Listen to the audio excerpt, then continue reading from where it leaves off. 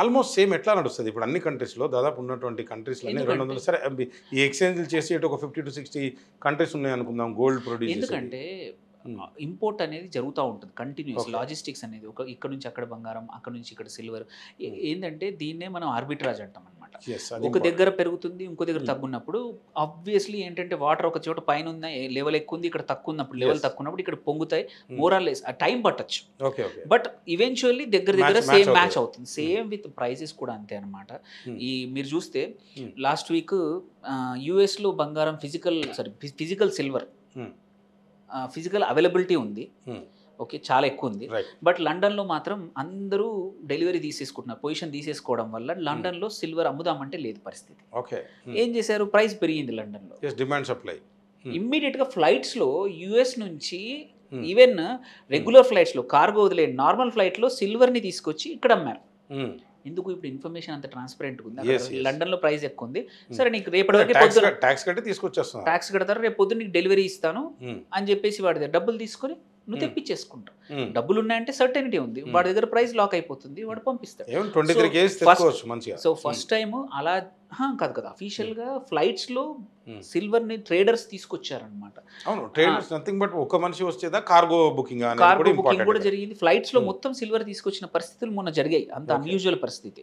So ఇక్కడ కూడా అంతే అనమాట. మార్కెట్లో ఈ డిఫరెన్సెస్ అనేది 1 రోజు 2 రోజులు 3 రోజుల కన్నా ఎక్కువగా ఉండదు. ఎక్కడ ఎక్కువ రేట్ ఉందంటే ఆటోమేటిక్గా ఆ ఇన్ఫర్మేషన్తో స్టాక్ అక్కడికి ఫ్లో అవుతుంది, అక్కడ క్యాప్చర్ అయిపోతుంది, నార్మలైజ్ అవుతుంది. సో అదే మార్కెట్లో, ఇంటర్నేషనల్ మార్కెట్లో కూడా రేట్లు అన్నీ అందుకే లైవ్గా ప్రతి దగ్గర ఇప్పుడు అంత పెద్దగా ఆర్బిట్రాజ్ అంటే ఈ ఒక దగ్గర కొన్ని అమ్మే ఇంతకుముందు ఉన్న అవకాశాలు తగ్గిపోయాయి. ఇంతకుముందు ఈ డిఫరెన్సెస్ నీకు తెలుసు అక్కడ ఎక్కువ ఉందని, కానీ అందరికీ తెలియదు. సో మీరు ఏం చేయొచ్చు, తీసుకొచ్చేసి ఇక్కడ లాభం పొందొచ్చు. ఇప్పుడు అలా పరిస్థితులు లేవు. రైట్ సార్, అంటే ఒక్కసారి కొంచెం డివైడ్ అయింది, మళ్ళీ వెనక్కి వద్దాం, నో ప్రాబ్లం. దీంట్లో ఇక్కడ ఏం జరుగుతుందంటే ప్రతి ఒక్కరు నాలాంటి వాళ్ళు కూడా, నాకు కూడా సరిగా ఈ షేర్ మార్కెట్ సరే చేస్తూ ఉన్నాం, ఏదో ఇన్వెస్ట్ చేస్తూ ఉన్నాం, డే ట్రేడింగ్ అంటే భయం అనేది ఒకటి ఉంది. సరే అది పక్కన పెడితే బీటీఎస్టీఓ లేకపోతే లాంగ్ టర్మో ఇట్లాంటి మీలాంటి సర్టిఫైడ్ ప్రొఫెషనల్స్ అవి తీసుకుని ఏదో చేస్తున్నాం, అది పక్కన పెడదాం కొంచెంసేపు.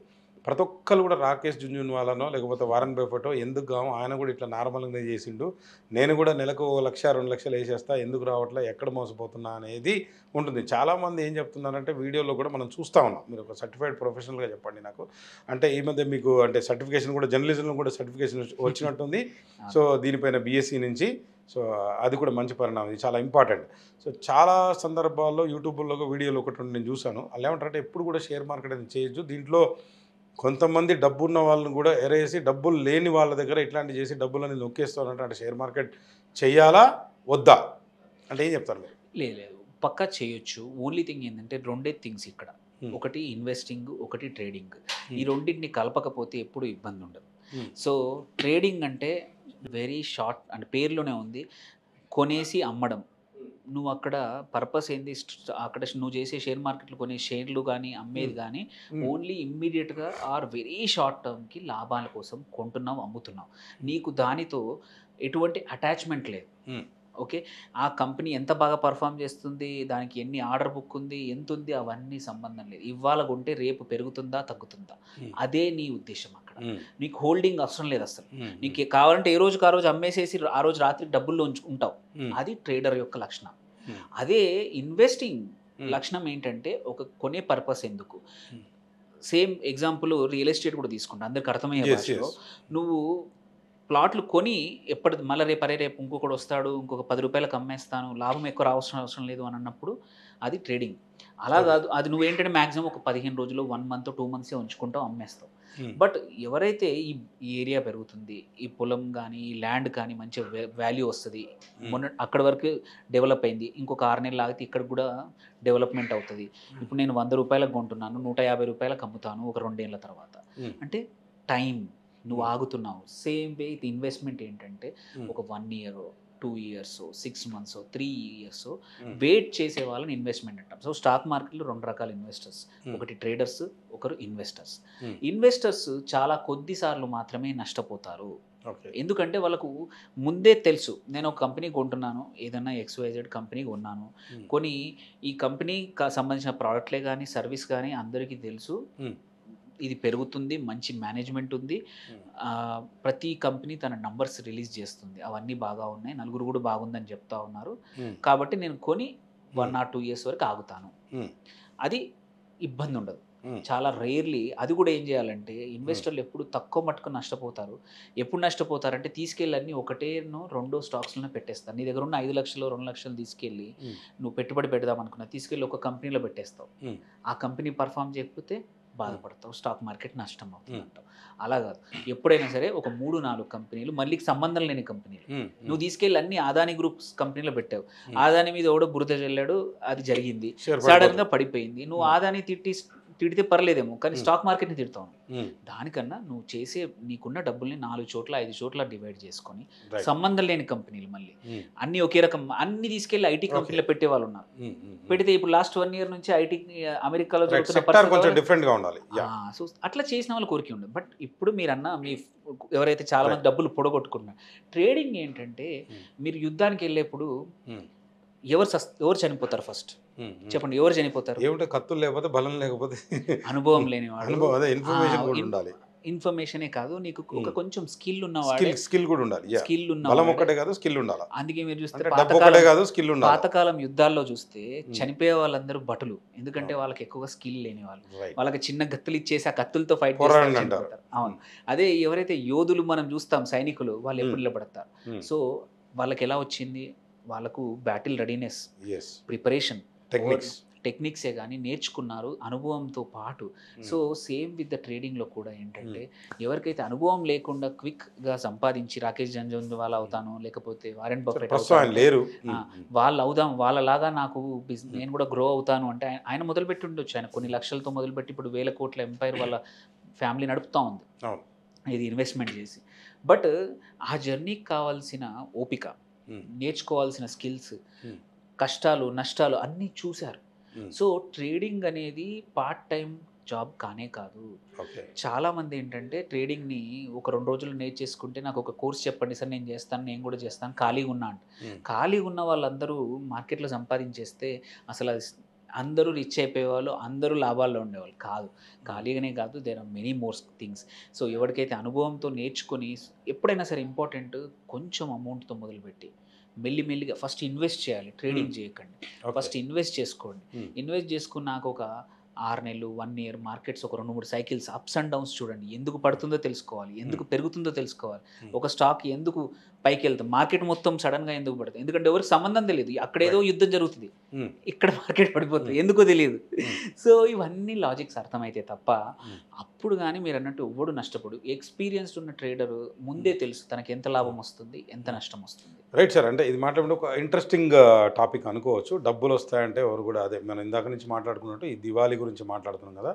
అంటే ముఖ్యంగా స్టాక్స్, ఒకటి డైరెక్ట్ స్టాక్స్ కావచ్చు, మ్యూచువల్ ఫండ్స్ కావచ్చు, అంటే మెటల్స్కి వచ్చేసరికి గోల్డ్, సిల్వర్, అదేవిధంగా మీరు అన్నట్టు మెటల్, దీనికంటే రెండింటిలోనే ఎక్కువగా ఇన్వెస్ట్మెంట్ అంటే చేస్తూ ఉంటారు. అండ్ రియల్ ఎస్టేట్ అసలు అంటే దేంట్లో ఇన్వెస్ట్ చేస్తే మంచిది, అది లాంగ్ టర్మ్ కావచ్చు, షార్ట్ టర్మ్ కావచ్చు, ఏ రకంగా కానీ డబ్బు ఎట్లా సంపాదించాలనేది ముఖ్యమైనటువంటి ఉద్దేశం. చాలామంది ఐదులో ఉంటారు, ఆతృతతో ఉంటారు, ఏది చేస్తే మంచిది, ఏది చేయకపోతే మంచిది. మీరు ఒక ప్రొఫెషనల్గా అనిల్ గారు ఏం చెప్తారు మీరు అసలు? ఫస్ట్ థింగ్, నేను ఎప్పుడు మీరు నా వీడియోస్ చూసినా, నేను ఎప్పుడు మాట్లాడింది చూసినా, కాన్సన్ట్రేషన్ అనేది ఉండకూడదు. అంటే మీరు సంపాదించిన ఆస్తి ఏదైనా డబ్బులు ఉన్నాయో ఒక 3-4 రకాల చోట్ల డివైడ్ చేసుకోవాల్సిందే. ఇది బోరింగ్, వినడానికి బోరింగ్ ఉంటుంది, చెప్తే అరే ఏంటి అని కాదు. నిజం ఏంటంటే మనకు కావాల్సిన, మనకున్న వెల్త్ ఒక 1 కోటి రూపాయలు ఉన్నాయి అనుకుందాం, 50 లక్షలు ఉన్నాయి, ఒక 20 ఏళ్ళు పనిచేస్తే అందులో ఒక 20-25 లక్షల వర్త్ రియల్ ఎస్టేట్, ఒక ప్లాట్, ఒక పొలము, ఏదో ఒకటి, ఒక 30-40% అంటే 30% 40% రియల్ ఎస్టేట్, ఒక 30-40% మంచి గ్రోత్ ఉండే ఈక్విటీ మార్కెట్. ప్రతిసారి రాకపోవచ్చు లాస్ట్ వన్, బట్ జనరల్గా లాంగ్ టర్మ్లో మంచి గ్రోత్ వస్తుంది. అన్నిటికంటే ఇంపార్టెంట్ లిక్విడిటీ ఉంటుంది. నీకు ల్యాండ్ అమ్ముదామంటే ఇమ్మీడియట్గా పోదు. ఇప్పుడు ఇవాళ పరిస్థితి అదే ఉంది. చాలా మంది దగ్గర పేరుకు ఆస్తులు చాలా ఉన్నాయి, బట్ క్యాష్ ఫ్లో కావాలంటే మళ్ళీ అప్పు తీసుకురావాల్సింది. పేరుకు 20 కోట్ల వర్త్ ల్యాండ్ ఉంటుంది, బట్ ఇవాళ 20,000 కావాలంటే అప్పు తెచ్చే పరిస్థితి చాలా మందికి ఉంది.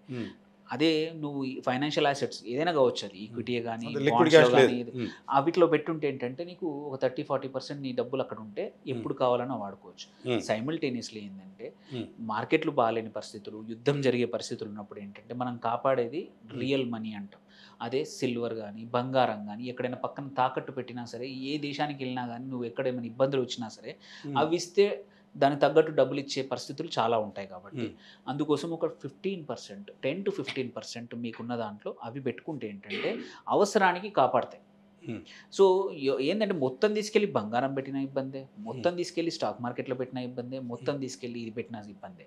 సో ఎప్పుడు కూడా పోర్ట్ఫోలియో అనేది పేరుకు అదేదో ఉన్న బోరింగ్ సబ్జెక్ట్ అనుకున్నా కానీ బట్ నిజంగా కాపాడేది అదే. ఇప్పుడు నీ అవసరానికి తగ్గట్టు నీ కరోనా టైంలో కొంత అదే జరిగింది లేండి. అందరి దగ్గర నాకు రాసి ఇచ్చేస్తా డబ్బులు, నా కారు ఇచ్చేస్తా, లేకపోతే నా భూమి ఇచ్చేస్తానే, వద్దురా డబ్బులు మొదట్లో. ఆ తర్వాత కొంచెం స్టేబిలైజ్ అయ్యాక మళ్ళీ మార్కెట్స్ యాక్చువల్ ఆ టైంలోనే షేర్ మార్కెట్లు పికప్ అయ్యాయి. అందరూ ఖాళీగా ఉన్నారు, అందరూ మార్కెట్లో పెట్టారు, మార్కెట్లు ఎక్కడికో వెళ్ళిపోయాయి. ఎవరైతే మొదట్లో ఫస్ట్ 15 రోజులు భయపడ్డ వాళ్ళు డబ్బులు విత్డ్రా చేసి మార్కెట్ వాళ్ళు పెట్టిన డబ్బులు కూడా ఒక 6 నెలలు 8 నెలల్లో మళ్ళీ మార్కెట్స్ పికప్ అయ్యాయి. సో అదే భయం పోతుంది అన్నమాట. సో షేర్ మార్కెట్లు ఏంటంటే అండి ఆశల మీద బిల్డ్ అయిన యాసెట్. ఆశల మీద అంటే ఒక కంపెనీ బాగా పర్ఫామ్ చేస్తుందనే ఆశతో నువ్వు కొని ఆ కంపెనీ ఇప్పుడు వాల్యుయేషన్ అంటాము. ఆ వాల్యుయేషన్ అనేది యాక్చువల్లీ నువ్వు లిక్విడేట్ చేసేస్తే ఆ కంపెనీ క్లోజ్ చేస్తే అంత వాల్యూ రాదు. బట్ ఆ కంపెనీ రన్నింగ్ కన్సర్న్ నడిస్తే వాల్యుయేషన్ 10 ఏళ్లలో ఇంత వస్తుంది, ఇంత వస్తుంది అని మనం చెప్పడాన్ని వాల్యుయేషన్ అండి. సో ఆ ఆశల మీద అనేది ఆశలు ఎప్పుడు మంచిగా ఉంటాయి, యుద్ధ వాతావరణం ఉండొద్దు, మార్కెట్ స్టేబుల్గా ఉండాలి, అన్ని బాగా అందరు హ్యాపీగా ఉంటేనే ఆశ ఉంటుంది. అట్లాంటివి కాకుండా ఎటువంటి కల్లోలం జరిగినా ఎటువంటి భయం జరిగినా అందుకే మార్కెట్లు పడిపోతాయి. ఎందుకంటే అక్కడ స్టేబిలిటీ లేని చోట రాజకీయ అనిశ్చితి కూడా రాజకీయంగా కానీ ఎటువంటి ఆర్థిక అనిశ్చితి కానీ ఏదైనా సరే. సో అదంతా హోప్స్ పైన బిల్డ్ అయిన యాసెట్ అది. అదే రియల్ యాసెట్స్ ఏంటంటే ఇప్పుడు గోల్డ్ కానీ, అందుకే అట్లని చెప్పి రియల్ యాసెట్లో పెట్టుకుంటా అంటే మంచిదా అంటే మంచిది అయి ఉండొచ్చు. కానీ మోస్ట్ ఆఫ్ ద టైం ఏంటంటే ఈ యాసెట్స్కి ఇప్పుడు మంచి టైం నడుస్తుంది. మనకేంటంటే రీసెంట్గా ఏది బాగా పర్ఫామ్ చేస్తే అందరం అదే మంచిది అనుకుంటాం. అంటే మనం గుడ్డిగా గొర్రెల్లాగా. సో ఇప్పుడు అందరూ చేయొద్దండి. ఎప్పుడైనా సరే గొర్రెల్లాగా ఉండకూడదు, పక్కా ఉండకూడదు. కొంతసేపు వెళ్ళండి, బట్ మళ్ళీ రియలైజ్ అయ్యి బయటికి పక్కకు వచ్చేయండి. అరే అందరం అటైపే వెళ్తున్నాము, అలా సడన్ గా మళ్ళీ సెల్లింగ్ స్టార్ట్ అయిందంటే రియలిస్టిక్ దగ్గరగా ఉండాలి. అన్నిటికన్నా ఏంటంటే చాలా మటుకు ఏమైందంటే మీరు ఇప్పుడు రియల్ ఎస్టేట్లో లాస్ట్ ఫ్యూ ఇయర్స్ బ్యాక్ జరిగిన మన తెలంగాణలో భూమి ఉండింది. అప్పుడు కూడా అందరూ అసలు అది లేకపోతే, భూమి లేకపోతే రేపు లైఫ్ లేనంటూ అసలు అనేది ఉన్న పరిస్థితుల నుంచి ఇవాళ కొందామన్నా ఎన్ని చోట్ల ఉన్నాయి ల్యాండ్ అవైలబుల్ ఉంది, ఒక సాచురేషన్ పాయింట్ కూడా వచ్చింది. దాని గురించి కూడా మాట్లాడదాం మనం ఖచ్చితంగా. సో అదే పరిస్థితి ఇక్కడ కూడా అదే అన్నమాట. నువ్వు చూసుకుంటే ఏంటంటే ఏదైనా యాసెట్ ఒక ఎగబడి అందరూ కొంటున్నారని కొన్నాం అనుకోండి, కొద్దిసేపు నడవచ్చు, బట్ రియలైజ్ అవ్వడం చాలా ఇంపార్టెంట్. ఒక దగ్గర ఆగిపోద్ది అంటారు, పక్కా అయిపోతుంది అండి. హిస్టారిక్ గా ఉంది ఒక డేటా, ఇది మనం ఒక 1 year డేటా చూస్తున్నాం. నిలబడి ఇక్కడ చూస్తుంటే ఇక్కడే కనబడుతుంది. నువ్వు కొంచెం పైకి కొండ మీదకి ఎక్కి చూసావనుకోండి, మొత్తం నునుపుగా ఉందా ఎలా ఉందా అనేది తెలుస్తుంది. నువ్వు సేమ్ విత్ డేటా కూడా అంతే అనమాట. మనం 1 year నుంచి చూస్తున్నాం. అదే 50 సంవత్సరాలు 60 సంవత్సరాల డేటా చూస్తే బంగారం ఎన్నోసార్లు పెరిగింది, సిల్వర్ కూడా ఎన్నోసార్లు పెరిగింది. 2008లో కూడా సిల్వర్ ఇదే $రూపీస్లో ఇంతే ఉండింది. లేవు కవిత గారు అన్నట్టు తన కూతురు అన్నట్టు దీంట్లో జరిగింది అవినీతి అని ఓపెన్ స్టేట్మెంట్ ఇచ్చారంటే కేసీఆర్ ప్లేస్లో ఇంకో సీఎం ఉంటే 40,000 కోట్లు 80,000 కోట్లు అంటే మీరు కూడా చప్పట్లు కొట్టేవారు. కాంగ్రెస్ వాళ్ళతో మాట్లాడితే ప్రజలే చూశారు కదా, ఆయన అభివృద్ధి చేస్తే మమ్మల్ని ఎందుకు గెలిపించారు. చూసే కుదలవై టీఎంసీలు తెలివై నీళ్ళ మీద మైక్ పెట్టినాం కాబట్టి మాట్లాడుతూనే ఉంటారు. లంకె బిందెలు ఉంటాయని అనుకుంటే ఖాళీ కుండలు అని ఎప్పుడైతే ముఖ్యమంత్రి గారు కామెంట్ చేశారో ఆయనకి ఎకానమీ మీద అవగాహన లేదని చెప్పి అర్థమైంది. కాంగ్రెస్ పార్టీ అట్లనే అంటుంది, బీజేపీ అదే అంటుంది. వాళ్ళకేమో దురుద్దేశాలు ఉన్నాయి, జేపీ గారికి దురుద్దేశాలు. రేవంత్ రెడ్డి విషయంలో పచ్చ అబద్ధాలు మాట్లాడుతున్నాడు అనేది మాత్రం ఎక్కడన్నా అవినీతి మీద ఒక సింగిల్ పేజీ దరఖాస్తు ఉందా? వ్యవస్థల్ని మ్యానిపులేట్ చేస్తున్నారని చెప్పి అంటే మీరు ఎట్లా చెప్పగలుగుతారు? ఇప్పుడు మేము ఇచ్చిన రికార్డ్స్ అని ఉన్నాయి, మా పేరే మెన్షన్ చేయలేదు రిపోర్ట్లో. ఈవెన్ సిబిఐ ఎంక్వైరీ చేసినా శిక్ష పడదు. ఇప్పుడు రాష్ట్ర రాజకీయాలు ఇట్లా తయారైతే మన రాష్ట్ర భవిష్యత్తు పరిస్థితి ఏందని ఇప్పుడు ఎన్ని మీలాంటి మీడియాలతో మాట్లాడినా ఈ సమాజం మారుతుందనే నమ్మకం నాకు లేదు. కులాలు మతాల కన్నా అత్యంత ప్రమాదకరమని నా కామన్గా నా స్టేట్మెంట్. నాకైతే దేశంలోనే ఉండాలనిపిస్తుంది. పెళ్లి నల్లదత్తులు కాంగ్రెస్ టీఆర్ఎస్ నాకు అనవసరం, ఎట్లా అరికట్టాలా, ఏం చేయాలి. పేపర్ చదివే జ్ఞానం లేనప్పుడు ఇవి వినబడితే గదే నమ్ముతారు కదా వాళ్ళు. అంటే తెలంగాణ ప్రజలు సుఖంగా ఉండాలంటే ఏం చేయాలి? ఈ అబద్ధాలు, ఎమోషనల్ స్పీచెస్ ఇవన్నీ వినడం మానేస్తే వాళ్ళ ఆరోగ్యం బాగుంటుంది.